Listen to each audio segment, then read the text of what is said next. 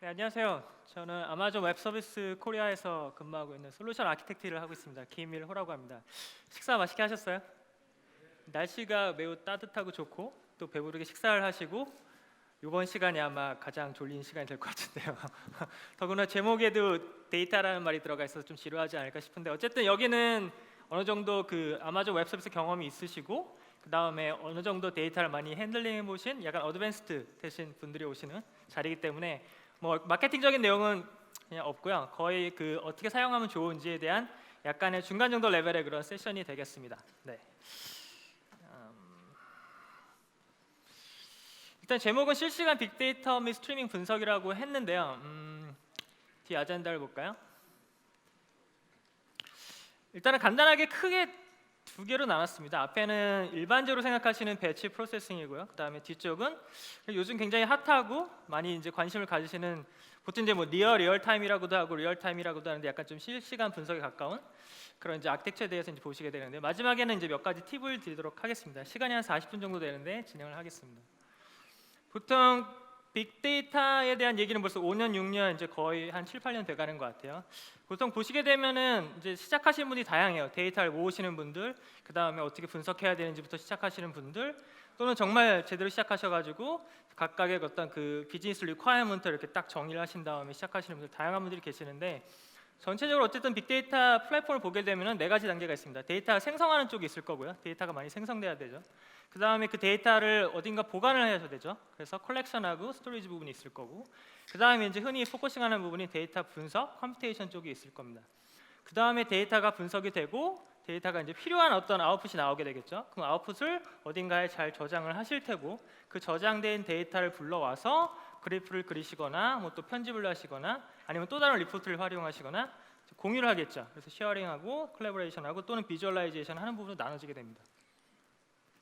근데 오늘 같은 경우는 뭐 제너레이션, 컬렉션도 좀 나오긴 합니다만 중간에 이제 어널리틱스하고 컴퓨테이션 부분을 조금 집중해서 보겠습니다.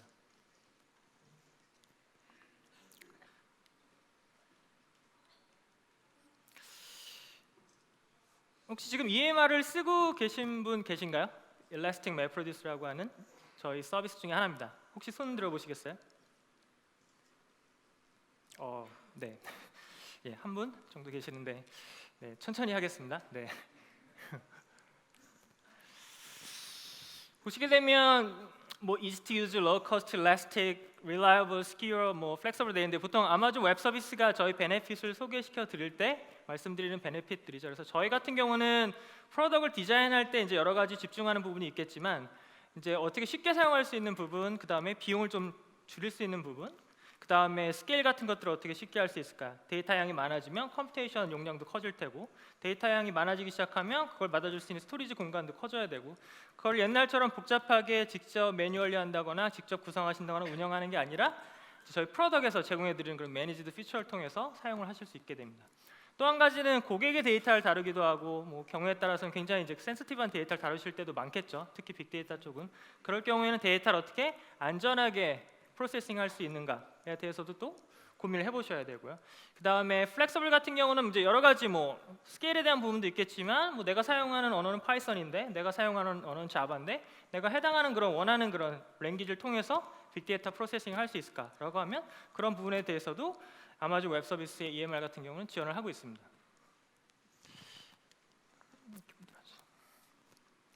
보통 보시게 되면 EMR을 써보신 분들은 보셨을 텐데 그렇지 않은 분들은 보시게 되면 아마존 매니지먼트 콘솔이 있습니다. 그 웹 브라우저죠. 들어가시게 되면 데이터 아널리틱스 쪽에 가보시면 여러 가지 프로덕트가 있는데 그 중에서 매니지먼트 콘솔이라는 녀석에 들어가시게 되면 기존에는 이제 빅데이터 플랫폼을 만드신다라고 하면은 서버 스토리지, 그 다음에 OS, 그 다음에 네트워크 구성하시고 거기에다 하드웨어 올린 다음에 하드웨어 사용하는 여러 가지 솔루션들을 막 셋업하시고 패치하고 업데이트한 다음에 뭐 한번 돌려볼까 하면 에러 나고 죽고 또 픽스하고 이런 여러 가지 거를 고치게 되는데 그런 것들을 조금 쉽게 만들기 위해서 저희는 이미 그런 소프트웨어들을 하나의 그 이미지로 만들었죠. 머신 이미지라고 아마존 머신 이미지라고 하는 AMI로 만들어 놓고 내가 원하는 그런 하드웨어에서 사용할 수 있는 몇 가지 에코시스템들을 셀렉트를 하시게 되고 그다음에 이 클러스터를 구성하시는 노드라든가 그다음에 그 노드의 인스턴스 타입이라든가 그다음에 디버깅하게 되면 디버깅에 대한 정보 그런 것들을 드롭다운 박스에서 그냥 이렇게 셀렉트를 하시게 되고 그다음에 클러스터 런치를 하시게 되면 아마존 웹 서비스에서 해당하는 버전에 해당하는 소프트웨어를 탑재를 해서 클러스터를 이렇게 런칭을 시켜주는 거죠. 그래서 내가 원하는 노드가 10개다라면 10개짜리 클러스터를 만드시는 거고, 내가 원하는 노드가 우리는 좀 데이터 양이 많다, 50개가 필요하다라고 하면 50개를 선택하셔서 런칭을 하시게 되면 해당하는 클러스터가 생기고, 클러스터가 런칭된 다음에 마스터 노드에 접속을 하거나 또는 API를 통해 가지고 잡을 서밋을 하시면 클러스터에서 이제 빅데이터 프로세싱을 하실 수 있게 됩니다. 근데 아마존 웹 서비스를 점점 사용하시면 매니지먼트 콘솔에 익숙해지신 다음에 그 다음에 이것도 이제 좀 귀찮아지시죠. 그럼 이제 개발하시거나 그런 분들은 커맨드 라인 툴을 통해서 자기가 원하면 원하는 타입의 클러스터를 바로 런칭을 하실 수 있으세요.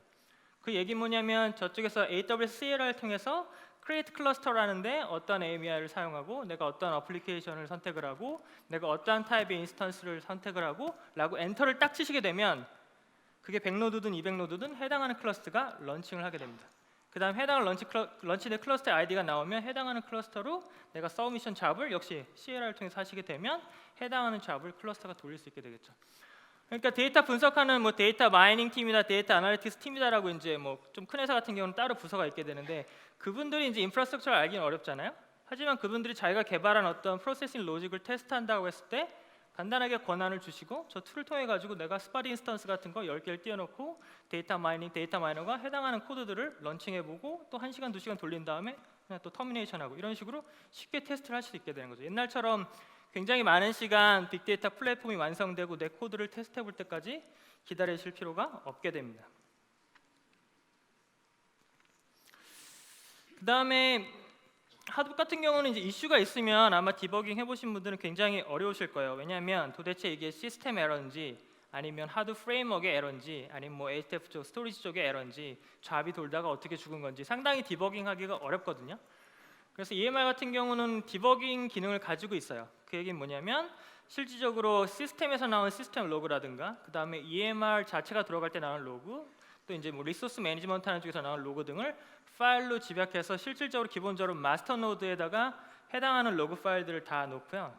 경우에 따라서는 이제 디버깅 이네이블 하시게 되면 이 파일들을 안전하게 S3 쪽으로 올려서 나중에 클러스터가 터미네이션 되더라도 해당 로그를 볼 수도 있고 문제가 있을 때 각각의 필요한 로그들을 보시면서 어디서 내 잡이 죽었구나 라는 거를 트래킹해 볼 수 있는 기능도 사용하실 수가 있습니다. 모니터링 같은 경우는 클라우드 와치를 아마 알고 계실 거예요. 거기 이제 여러 가지 저희가 제공해드리는 매트릭들이 있는데 EMR 같은 경우는 하드 버전 1하고 버전 2가 좀 다릅니다. 왜냐면 아시겠지만 버전 2는 이제 굉장히 내용이 많이 바뀌었거든요. 그래서 해당하는 매트릭이 훨씬 더 늘어났고요.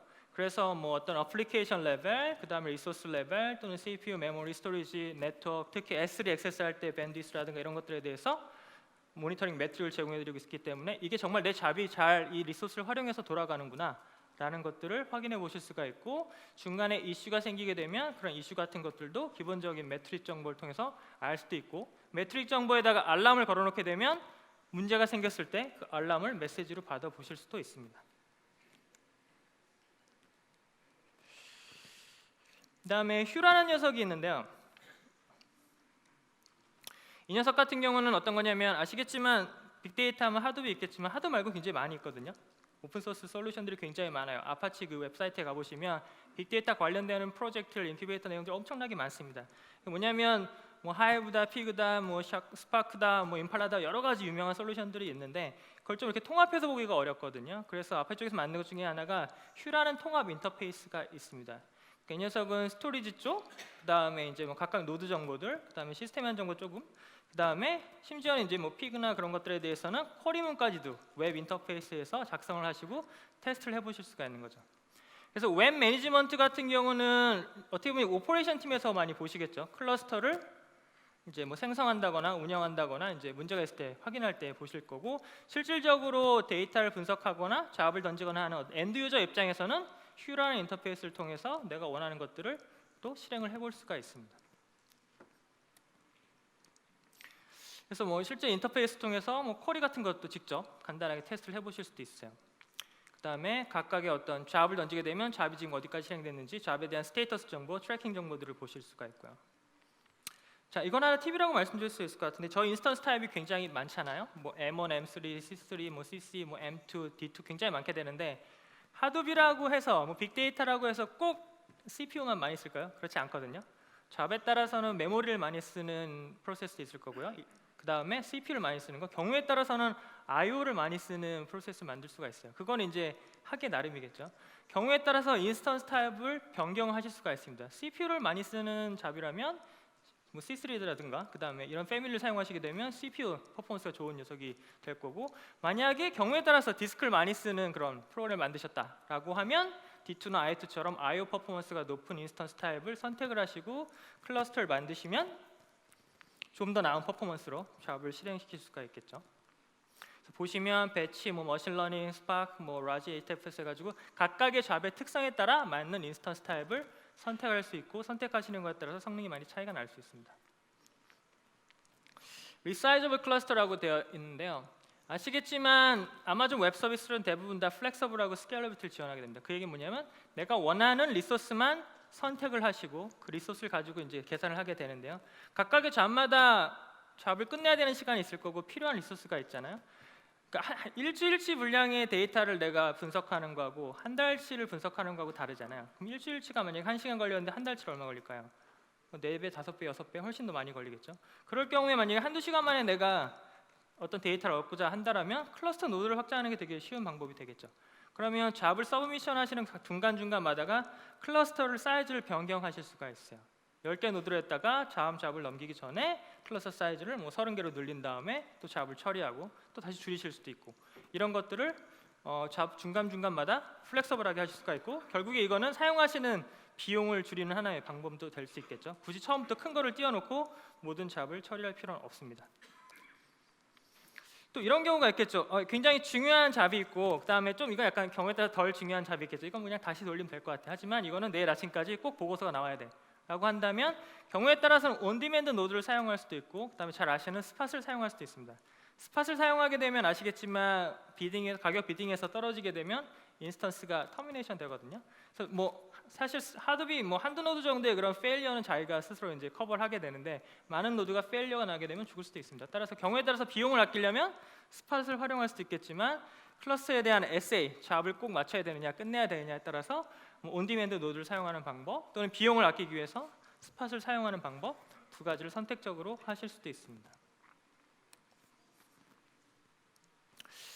그 다음에 맨 위에 보시면 이제 부트스트랩 액션이라고 되어 있는데, 부트스트랩은 알고 계시죠? EC2 인스턴스 런칭하실 때 내가 처음에 OS 부팅된 다음에 내가 필요한 어떤 뭐 스크립트든 뭐 패키지를 업데이트하든 그 다음에 뭐 새로운 뭐 소스 파일을 가져와서 압축을 풀든 이런 여러 가지 그 초기화 작업들을 하실 수가 있어요. 그 얘기는 뭐냐면 EMR 같은 경우도 클러스터가 런칭이 될 때 자기가 필요한 소프트웨어 솔루션들을 자동으로 가져와서 설치를 할 수가 있습니다. 똑같이 부트스트랩 액션을 EMR 클러스터 지원을 하고 있어요. 그러면 지금 아마존 웹 서비스 EMR을 제공하는 AMI에서는 지금 프레스토가 안 들어있을 거예요. 근데 뭐 픽, 하이브 이런 것들은 다 들어있지만, 결국에 내가 프레스토를 쓰고 싶다라고 하면 클러스터 런칭하고 쉘로 로그인한 다음에 일일이 인스톨 하실 수도 있겠지만, 부트스트랩 액션에다가 해당하는 스크립트를 넣어주시게 되면 해당하는 클러스터가 올라오면서 자동으로 그런 하드웨어에서 사용할 수 있는 다른 솔루션들을 설치를 해드리게 됩니다. 그래서 뭐 경우에 따라서는 뭐 매뉴얼리 컴파일하고 하실 수도 있겠지만, 스크립트를 만들어서 실행하시면 원하는 솔루션을 넣을 수가 있어요. 그래서 여기 나오는 것들은 좀 그래도 굉장히 최근에 나온 것들이죠. 뭐 아파치 드릴이나 아파치 피닉스, 어큐뮬러, 그다음에 뭐 여러 가지가 있는데, 뭐 이런 것들은 이제 사실 기존에 이제 뭐 HBase 위에서 어떤 DB 엔진을 좀 인핸스먼트 했다던가, 그 다음에 뭐 JS 포맷을 사용하는 어떤 그런 툴, 여러 가지는 그 목적에 따라서 계속적으로 그런 하드 에코시스템에서 그 좋은 솔루션들이 나오고 있습니다. 이런 것들은 갖다 직접적으로 설치할 수도 있겠지만 부트스트랩 액션을 쓰시면 쉽게 설치가 가능합니다. 그 다음에 하드 같은 경우는 이제 컨피러블한 그런 어떤 변수가 굉장히 많아요. 쉽게 말해서 그 흔히 뭐 JVM 메모리 힙 사이즈 조절을 한다고 말씀드리잖아요.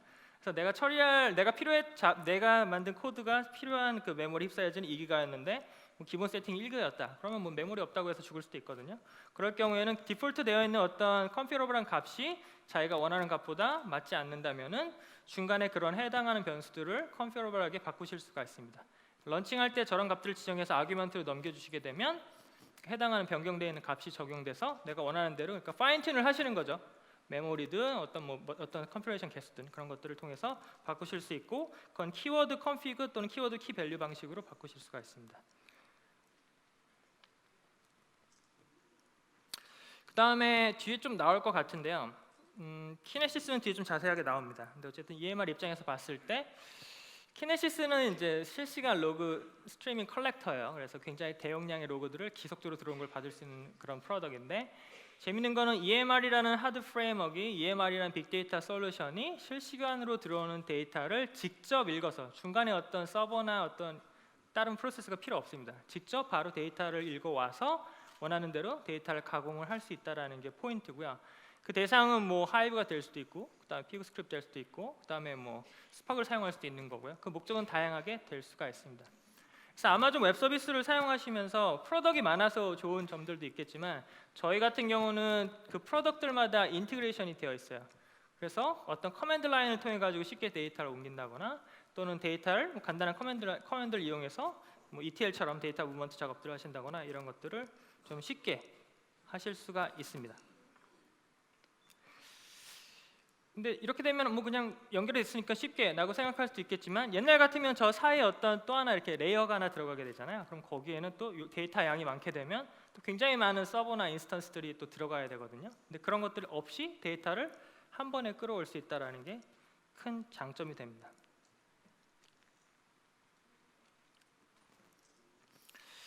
중간에 이제 레버리징 아마존 뭐 S3라고 되어 있는데, 실제 이제 제가 고객분들을 만나면 가장 이렇게 화이트보딩 한다고 하거든요. 그래서 이렇게 매직펜을 들고서는 아키텍처를 같이 그려보게 되는데, 가장 먼저 그리는 게 어떤 프로덕트일까요? 빅데이터 미팅을 할 때 가장 먼저 그리는 프로덕트는 S3입니다. 왜냐하면 데이터를 프로세싱 한다거나 뭐 DB에 저장하고 하는 것들은 어쨌든 자음 작업이 될 수 있지만, 가장 중요한 거는 데이터를 안전하게 모으는 거거든요. 왜냐하면 데이터가 안전하게 모아져 있으면 프로세싱하는 쪽에서 이슈가 있더라도 다시 시작할 수가 있잖아요. 또는 프로세싱하는 녀석이 데이터를 모으고 프로세싱하는 걸 같이 하는 게 아니라, 데이터를 모으는 건 따로 있게 되면은 프로세싱하다가 죽더라도 데이터는 계속 모을 수 있으니까 안전하게 계속 들어오는 데이터를 컬렉팅할 수 있겠죠. 이런 부분에 대해서는 S3가 어떻게 보면 그 전체 빅데이터 그림의 가장 그 핵심적인 사실 프로덕트이 됩니다. 그 이유는 굉장히 안전하게 데이터를 저장할 수 있다라는 거고요. 또 한 가지는 아시겠지만 뭐 리드니까요. 여러 개의 클러스터가 동시에 런칭을 해서 동일한 데이터를 읽는 것도 당연히 가능하겠죠. 그럼 각각의 목적에 맞춰서 클러스터를 뭐 5노드, 10노드 각각의 뭐 비즈니스 그룹별로 나눠서 원하는 잡을 돌리게 되면 똑같은 오리지널 그 소스를 보고 있겠지만 다른 프로세싱을 통해서 다른 결과값을 얻을 수가 있게 됩니다.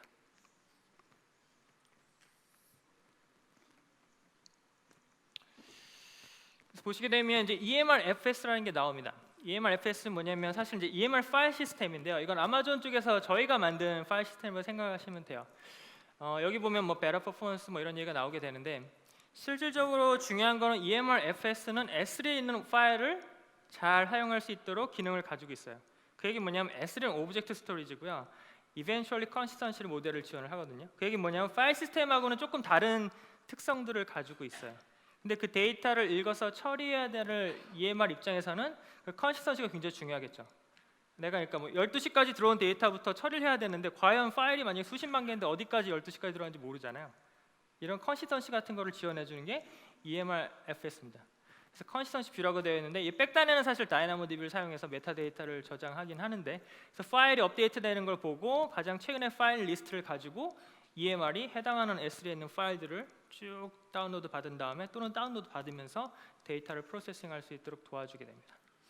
그다음 한 가지는 또 보시게 되면 저기 서버 사이드 그다음에 클라이언트 사이드 인크립션이라고 되어 있는데, 만약에 뭐 고객의 개인 정보가 들어가 있다, 또는 어떤 뭐 페이먼트라든가 어떤 금융 관련되어 있는 로그 데이터 같은 것들을 분석하기 위해서 모았다라고 하면, 모르긴 몰라도 분명히 암호화를 하셔야 될 거예요. 그건 뭐 법령이 됐든 어떤 룰이 됐든. 그럼 암호화 과정을 통해서 데이터가 암호화되어 있는데, 암호화된 건 바로 프로세싱할 수 없잖아요. 그래서 암호화되어 있는 거를 풀어야 된다거나, 다시 푼 결과를 다시 암호화해서 지정한다거나, 이런 것들을 하셔야 되는데, 그걸 일일이 다 손으로 매뉴얼 작업하시는 게 아니라, 그런 프로세스를 다 만드는 게 아니라 해당하는 저희 프로덕트이 지원을 하고 있고, 또는 EMR-FS를 이용하시면 굉장히 쉽게 그냥 기능만 이네이블해서 몇 가지 설정해 주시면 사용하실 수가 있습니다. 그 다음에 Faster Listing Using EMR-FS 메타데이터 되어 있는데, 아마 S3는 대부분 많이 사용해 보셨죠? 네, S3 파일 1000개? 한 10,000개? 10,000개 있는 거 별로 어렵지 않죠. 그냥 읽으면 되는데, 근데 만약에 파일이 한 1억 개다, 로그 파일이. 그러면 그거 LS 해서 1억 개 리스팅 하시려면 생각해 보시면 상당히 어려운 일이에요, 사실. 그렇죠? 리퀘스트 던져가지고서 1억 개를 갖다 내가 막 해가지고 리스트업해서 본다는 건 상당히 쉬운 일이 아니거든요. 그래서 근데 로그 데이터는 굉장히 양이 많아질 수가 있어요. 뭐 10분마다 저장을 하든 얼마 뭐 1시간마다 저장을 하든 6개월치 1년치가 쌓이면 파일이 이제 기하급수적으로 늘어나게 되는데 그럼 파일 리스트에 대한 걸 관리하는 것도 상당히 쉽지 않아요. 그래서 EMR 입장에서는 나 한 3달치 데이터 분석할래 라고 하면 뭐 수십만 개 파일을 불러와야 된다 라고 하면 어디서부터 어디까지 이걸 언제 리스트해서 빨리 불러오겠어요. 그런 것들을 지원해 줄 수 있는 게 EMR FS입니다. 물론 EMR FS를 쓰지 않고 그냥 순수하게 HDFS만 사용을 해서 프로세싱 하는 것도 당연히 지원을 하고요. 근데 EMR을 활용하신다면 EMR FS를 사용하시게 되면 보다 빠르게 S3에 있는 데이터를 안전하게 읽고 쓰실 수가 있습니다. 그래서 제가 아까 인크립션을 말씀드렸는데 이건 가장 최근에 나온 기능 중에 하나예요. S3는 서버 사이드 인크립션이 있어요. 그래서 파일을 올리면 S3가 알아서 암호화를 하는데 클라이언트 사이드 인크립션을 지원을 합니다. 그 얘기는 뭐냐면 키 자체를 저희가 만들어서 암호화하는 게 아니라 고객이 지정한 키 또는 저희가 가지고 있는 키 매니지먼트 서비스에 있는 인크립션 키를 활용을 해서 데이터를 암호화를 할 수가 있어요. 즉 보시게 되면 클라이언트 사이드에서 이미 데이터가 암호화해서 올라오겠죠. 그래서 암호화해서 올라온 다음에 S3에 이제 안전하게 저장을 하게 되는데 EMR 입장에서 그 파일을 가져오면 암호화되어 있잖아요. 그럼 암호화되어 있는 걸 얘가 풀어가지고 프로세싱하고 다시 그 아웃풋 데이터를 암호화해가지고 S3에다가 올려놔야지 이제 프로세스 전체가 끝나게 되거든요. 근데 이거를 코드로 하려면 중간중간에 다 인크립션, 디크립션, 키는 어디에 있지? 가져와서 풀어야 되죠. 키 관리해야 되죠. 이런 복잡한 것들이 들어가게 되는데 그런 것들을 손쉽게 할 수 있다라는 거죠. 그래서 굉장히 센시티브한 데이터를 대량의 데이터를 분석을 해야 되는데 암호화를 해야 되고 그런 중간 과정을 쉽게 할 수 있는 게 이제 그 클라이언트 사이드 인크립션의 기능 중에 하나입니다. 그래서 앞에서 패스트 리스팅 말씀드렸는데 그 좋은 방법론 중에 하나는 해당하는 EMR FS가 그 메타 데이터 정보를 안전하고 빠르게 다이나모DB에다가 저장을 한다라는 거죠. 그럼 저건 뭐 굳이 직접 만들지 않으셔도 EMR FS를 통해서 자동으로 만들 수가 있습니다. 자, 아시겠지만 그럼 S3에 있는 데이터를 EMR 같은 경우는 로컬 디스크를 사용하지 않고 S3가 다른 쪽에 있는 데이터잖아요. 이걸 네트워크로 스트리밍 방식으로 가져오면서 EMR이 프로세싱을 할 수 있는 그런 방법을 지원을 하고 있거든요. 그 얘기 뭐냐면 로컬 스토리지를 사용하지 않기 때문에 굉장히 빠르고 쉽게 프로세싱을 할 수 있게 되는데 내가 만든 모르겠어요. 어떤 로직인지 모르겠지만 그 로직 자체가 템포러리 데이터를 많이 만들어내는 그런 로직이다. 복잡한 어떤 소트 알고리즘을 가지고 있다라고 하면 어쨌든 로컬 디스크를 쓰셔야 되거든요. 그럼 이런 경우에는 제 생각에 S3를 통해서 데이터를 가져오면서 스트리밍으로 방식을 처리하는 것보다 그냥 한 번에 S3에 있는 데이터를 HDFS 로컬 디스크로 딱 떨구고 거기서 로컬에서 읽으면서 데이터 프로세싱을 하는 것이 전체 성능 입장에서는 훨씬 좋게 됩니다. 그래서 거기서 사용할 수 있는 게 S3 DiscCP라는 그런 커맨드예요. 사실은 S3 DiscCP 같은 경우는 원래 기존에 오픈 소스로 있던 커맨드죠. HDFS를 이렇게 카피한다거나 하는 건데 S3 to 뭐 HDFS, S3 to S3 이런 식으로 대량의 데이터를 옮길 수 있도록 저희가 모디파이한 툴입니다. 그래서 저 툴을 이용하시게 되면 뭐 리전에 이제 버킷 같은 경우에 만약에 뭐 버지니아 리전에서 도쿄 리전으로 대량의 데이터를 카피한다거나 할 때도 S3 DiscCP를 이용해서 카피를 할 수 있고요. S에 있는 대량의 데이터를 EMR 클러스터 쪽으로 빠르게 복제를 해야 된다라고 하면 저 커맨드를 사용할 수도 있습니다. 커맨드도 사용하기 되게 쉬워요. 알고 보면 저 녀석은 그냥 하둡 잡 프로그램이거든요. 그래서 자바로 되어 있고 클러스터에다가 저 커맨드를 이용하고 소스 데스티네이션 몇 가지 옵션을 주고 잡을 서브미션 하시게 되면 그 데이터를 카피를 하드웨어에 있는 클러스터를 통해서 프로세싱을 하게 됩니다.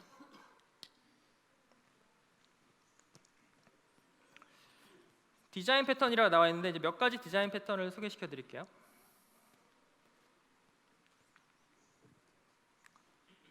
보시게 되면 이제 배치 프로세싱이라고 되어 있는데 이건 가장 간단한 구조죠. 로그 데이터가 쌓이게 되면 S3로 쌓일 거고요. 그 다음에 EMR 프로세싱이 들어와서 HBAS든 하이브든 뭔가 또 데이터를 축적하거나 프로세싱을 하겠죠. 그런 다음에 화살표 보시게 되면 저쪽에 화살표 양쪽으로 되어 있죠. 다시 S3에 아웃풋 데이터를 S3에다 업로드하고 작업을 끝내게 됩니다. 그래서 유스 케이스 같은 경우는 잘 아시는 그런 레스토랑 서치하고 피드백 보시고 레이팅하고 그런 서비스 중에 옐프라는 서비스가 있는데요. 그 서비스 같은 경우는 하루에 EMR 잡 자체를 250번 정도 사용을 한다고 하고 실질적인 데이터 처리를 30TB 정도씩 한다고 합니다. 그러니까 필요할 때마다 필요한 데이터를 가져와서 클러스터를 생성하고 원하는 값을 얻은 다음에 그거를 옐프 서비스에다가 지속적으로 반영을 하고 있는 거죠.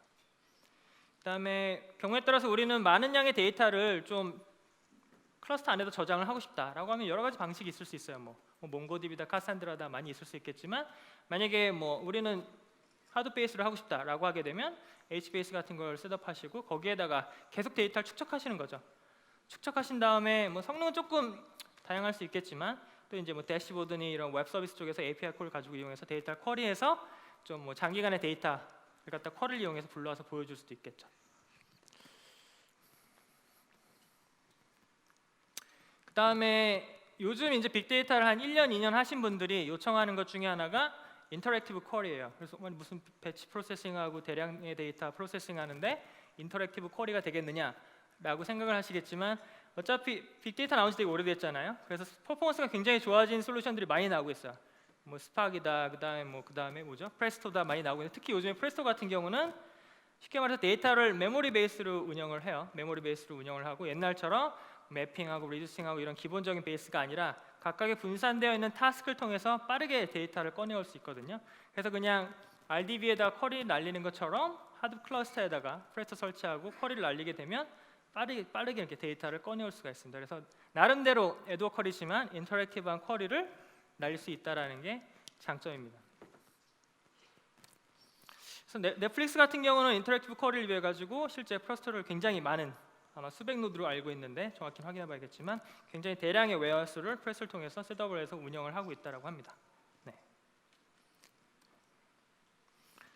자, 이제 리얼타임 프로세싱인데요. 리얼타임은 하드분 데이터를 모아서 배치 프로세싱 한다고 생각하시잖아요. 근데 리얼타임 같은 경우는 계속해서 이제 로그 데이터가 계속 들어오는 거예요. 쌓아서 저장하는 게 아니라 들어오고 그 다음에 들어오는 로그 데이터를 지속적으로 계속 프로세싱을 하도록 되어 있습니다. 근데 그러면서도 좀 빨리 이제 결과를 얻어내야겠죠. 그래서 보시게 되면 예를 들어서 만약에 뭐 자그마한 서비스를 개발을 하고 거기서 들어오는 로그를 내가 프로세싱 하겠다라고 하면 별로 어렵지 않겠죠. 그냥 빈스톡 같은 거 이용해서 하나 웹서버 하나 띄운 다음에 그냥 로그 데이터 모아가지고 뭐 DB에 넣든 그냥 계산해가지고 소팅해서 뭐 글로벌 탑 10이다, 랭킹이다라고 하면 보여주면 끝날 거예요. 근데 문제는 서비스가 굉장히 커지고 막 인기를 끌면서 글로벌하게 확장을 하고 대량의 데이터가 들어오고 서비스가 하나가 아니고 두 개고 또 서비스 하나가 보내야 되는 로그 데이터가 한 종류가 아니라 여러 개 토픽을 갖는다라고 하면 엄청나게 많은 데이터가 기하급수적으로 늘어나면서 몰려들겠죠. 그럼 이제 이걸 받으려다 보니까 나름대로 뭐 프락시를 구성을 하고 스케일 아웃을 해서 데이터를 받아주긴 하는데 들어온 여러 가지 토픽들을 분리해서 다 소팅을 해서 글로벌 탑 랭킹을 만들자니 상당히 어려운 작업이 될 거예요. 그래서 이제 조금 분리를 해보는 거죠. 그럼 데이터를 모으는 걸 하나 이렇게 앞에다 놓자. 데이터 브로커를 할 수 있는 녀석을 놓고 그 다음에 들어오는 데이터들을 토픽별로 분리를 해서 로컬 탑 10을 뽑고 그걸 가지고 다시 글로벌 탑 10을 뽑자라고선 이제 아키텍처를 확장을 하실 수가 있겠죠. 근데 중요한 게 그러면 앞에서 모으는 저 중요한 데이터 브로커즈 녀석이 만약에 깨지게 된다면 없어지게 된다면 페일이 난다면 프로세싱 할 수 없겠죠. 그래서 아마존 웹 서비스 같은 경우는 이러한 니즈에 맞춰가지고 키네시스라는 프로덕트를 런칭을 했습니다. 키네시스는 되게 간단해요.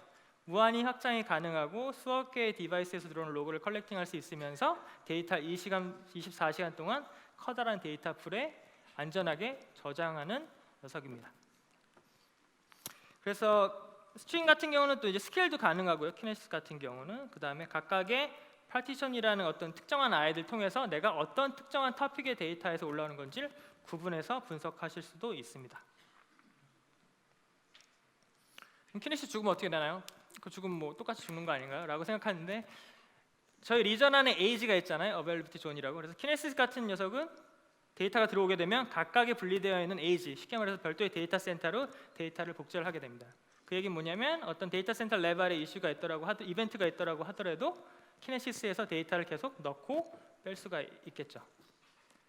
그 얘기 뭐냐면 저 뒤쪽에서 데이터를 분석하는 저런 뭐 워커라고 하는데 뭐 S3에도 넣기도 하고 다이나모도 넣고 뭐 RDB에도 넣고 여러 가지 데이터 프로세싱 하는데 저쪽에서 이슈가 있더라도 키네시스가 안전하게 데이터를 계속 컬렉팅하고 있잖아요. 그러니까 뒤쪽에서 데이터 프로세싱하는 녀석이 뭐 리스타트를 하더라도 이슈가 있어 다시 띄우더라도 지속적으로 데이터를 프로세싱을 할 수가 있게 됩니다. 그래서 키네시스 같은 경우는 그러면 무한정 굉장히 크겠네요. 굉장히 비싸겠네요. 라고 생각할 수 있는데요. 저희 서비스가 아시겠지만 대부분 다 스케일 기능을 가지고 있죠. 키네시스는 어떤 단위 블럭이 있어요. 샤드라고 하는. 그래서 일정한 퍼포먼스가 정해져 있어요. 뭐 인풋은 1메가, 아웃풋은 뭐 2메가 정도. 그다음에 1000TPS, 5TPS 이렇게 어떤 단위 블럭의 퍼포먼스 블럭인데 이걸 샤드라고 부릅니다. 그게 뭐냐면 처음에 서비스 런칭했을 때는 데이터가 얼마 없잖아요. 그럼 샤드 한두 개를 운영하다가 데이터가 증가하기 시작하면 샤드 개수를 그냥 추가를 해주시면 돼요. 그러면 키네시스라는 녀석이 스케일링 아웃되고 좀 더 많은 데이터를 계속 지속적으로 받을 수가 있게 됩니다. 그래서 뭐 예를 들어서 샤드가 2개다. 그 다음에 데이터를 생성하는 프로듀서 쪽에 만약에 뭐 2kB짜리 데이터, 그 다음에 초당 한 500번 정도 트랜잭션이 계속 일어난다고 했을 때 뭐 샤드 2개를 오케이.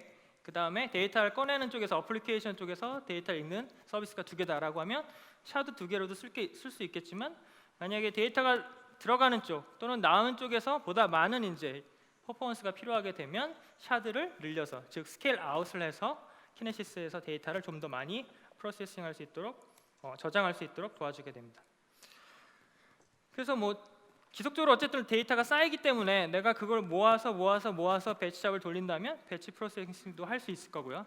또는 내가 들어온 데이터를 계속 들어오는 족족 이렇게 까보는 거죠. 메시지 10개씩 딱딱딱딱딱 뭐 특별한 거 없나 이상한 거 없나 그런 식으로 계속 스트리밍 방식으로 처리를 하시게 되면 이제 약간 이벤트성으로 리얼타임에 가까운 프로세싱도 가능하고 또는 들어오는 데이터를 내가 원하는 포맷으로 바뀐 다음에 그냥 데이터베이스에다가 계속 인서트를 하는 거죠.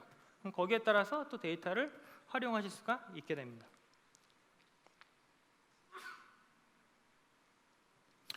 그래서 데이터를 이제 모아주는 키네시스에 대해서 제가 말씀을 드렸고요.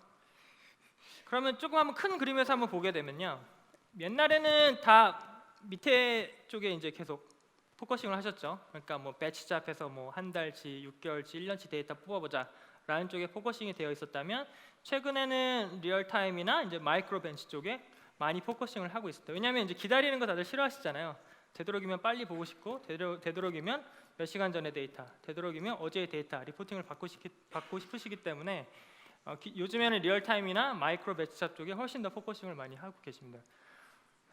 어쨌든 데이터가 생성되는 쪽은 뭐 얼마든지 늘어날 수 있고 또 키네시스를 통해서 데이터를 얼마든지 받아줄 수 있다라면 그 다음은 데이터를 분석하는 쪽에서 자기 목적에 맞도록 맞는 툴을 선택하시고 그 툴을 통해서 개발하시게 되면 해당하는 어떤 프로세스 타입에 대해서 분리를 해서 동시에 처리를 하실 수가 있겠죠.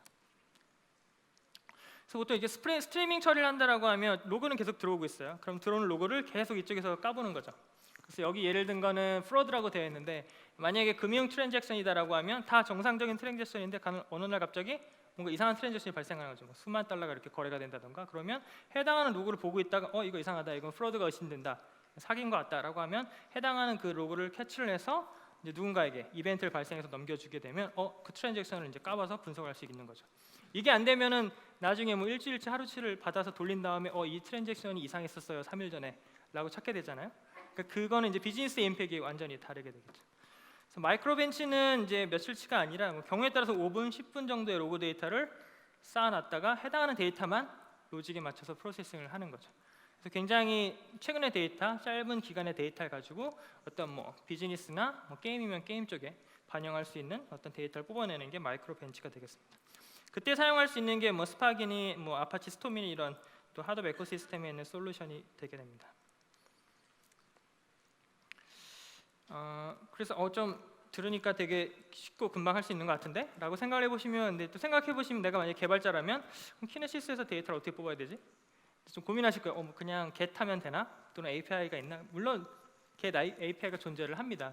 근데 API가 존재를 하더라도 어쨌든 이슈가 있을 때 리트라이를 하든 아니면 뭐 내가 어디까지 데이터를 분석했는지 트래킹을 하든 다른 방법들이 필요하잖아요.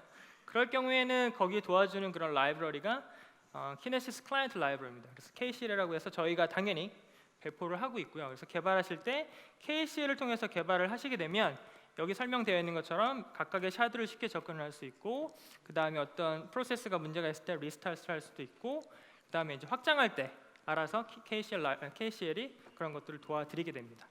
그래서 KCL 예제를 참조하셔서 그걸 가지고 개발하시게 되면 많은 시간을 아끼실 수가 있습니다. KCL은 무조건 세 가지로 되어 있는데요. 뭐 워커, 그 다음에 레코드 프로세서, 체크포인터 이렇게 되어 있는데 워커 같은 경우는 실제 이제 어플리케이션 인스턴스에서 돌아가는 녀석이 될 거고요. 그다음에 각각의 샤드하고 직접 매핑이 돼서 데이터를 읽어와서 처리를 하는 게 레코드 프로세서고, 체크 포인터 같은 경우는 이런 거죠. 내가 1, 2, 3, 4, 4, 5, 6, 7 하는데 4, 5, 6, 7 하다가 프로세스 하다가 죽었어요. 죽을 수 있잖아요. 인스턴스든 뭐 프로세스든. 그럴 경우에는 내가 4, 5, 6, 7을 다시 시작해야 되잖아요. 그럼 여기다 체크 포인트를 찍어놓게 되면은 어디까지 내가 프로세싱을 했는지 알고 거기서부터 다시 데이터를 읽어서 프로세스를 처리할 수 있도록 도와주는 게 체크 포인터입니다. 그다음에 커넥터 라이브러리가 그러면 내가 KCL 통해서 분석까지 어떻게 읽어오는 것까지는 하겠다라고 했는데, 그럼 그걸 DW 어떻게 넣어야 되지? 그다음에 그걸 내가 엘리스틱 서치에다 넣으려면 어떻게 해야 되지? 그다음에 S3에 파일로 떨고 싶은데 어떻게 해야 되지? 라고 고민하실 수도 있잖아요. 그럴 경우에는 커넥터 라이브러리를 저희가 GitHub을 통해서 제공을 해드리고 있어요. 그 얘기는 뭐냐면 키네시스에 저장된 데이터를 EMR로 분석하고, 또는 키네시스에서 저장된 데이터를 어플리케이션에서 읽어와서 다른 목적으로 DW에 저장을 하든 RDB에 저장을 하든 다이나모DB에 노시컬 넣든 해당하는 것들을 쉽게 데이터를 모아서 넣을 수 있도록 도와드리는 게 커넥터 라이브러리입니다. 근데 이거 외에도 뭐 그냥 인터넷에 보면은 몽고DB 뭐 커넥터 라이브러리 이런 것도 있더라고요. 그래서 몽고DB 쓰시면 또 가지고선 쉽게 활용할 수도 있어요. 그래서 이건 앞에 나왔던 내용이죠. 해당하는 키네시스 통해서 EMR 통해서 쉽게 데이터를 읽을 수 있다. 그다음에 이제 스팍 스트리밍인데, 사실은 요즘에 가장 그 빅데이터 또는 뭐 하드업, 그다음에 아파 쪽에서 가장 핫한 게 스팍이에요. 그래서 뭐 여러 가지 솔루션들이 있는데 스팍이 가장 이렇게 좀 치고 나가고 있거든요. 그래서 굉장히 패치도 빨리 되고 버전업도 빨리 되고 기능도 빠르게 좋아지고 있습니다. 그래서 배치든 뭐 마이크로 벤치든 니어 리얼타임이든 스팍을 많이 활용을 하고 있습니다. 그래서 보시게 되면 스팍은 조금 다른 포맷을 가지고 있어요. 그래서 뭐 디스크타이즈 뭐 스트림이라고 되어 있고, 그다음에 RRD라고 되어 있는데 메시지를 그냥 하나하나 이렇게 쪼개서 보는 게 아니고요. RD라고 해서 하나의 이렇게 메시지 그룹을 묶어 가지고 각각의 노드별 메모리에다가 저장을 하고, 저장되어 있는 RD로부터 데이터를 분석을 해서 빠르게 결과를 도출할 수 있는 그런 메모리 베이스의 분산 처리 솔루션이라고 보시면 됩니다. 이 외에도 스팍은 스트리밍만 지원하는 게 아니라 뭐 머신 러닝도 지원하고 있고요.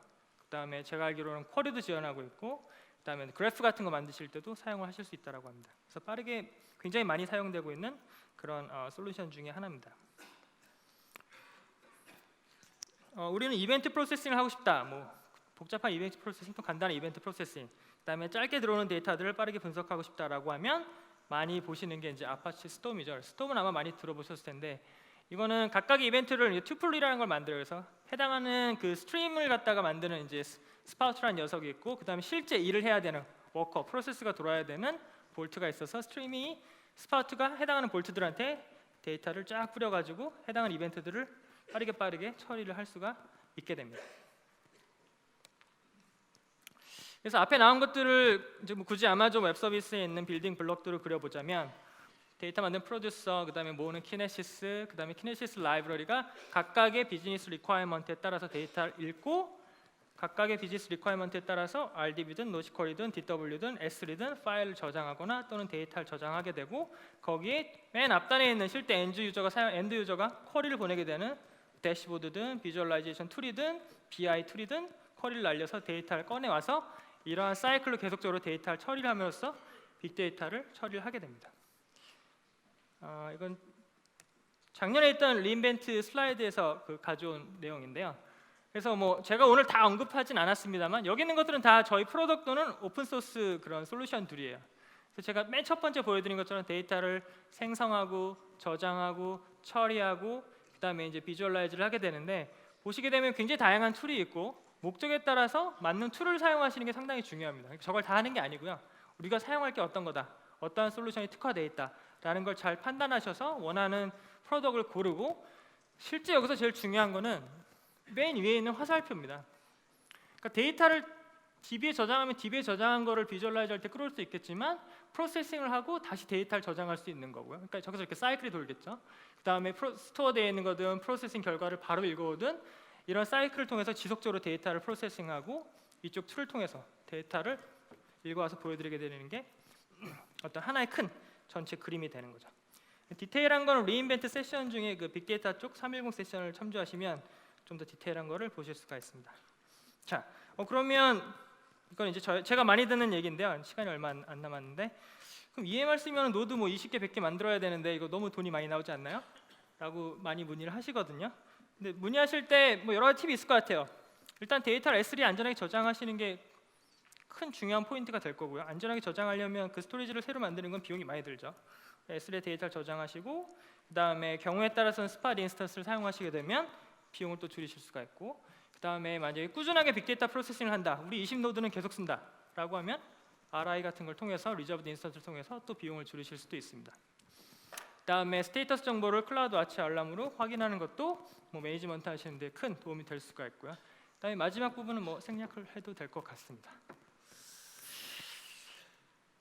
네, 조금 내용이 많아서 좀 빠르게 진행을 했는데요. 제가 준비한 내용은 여기까지고요.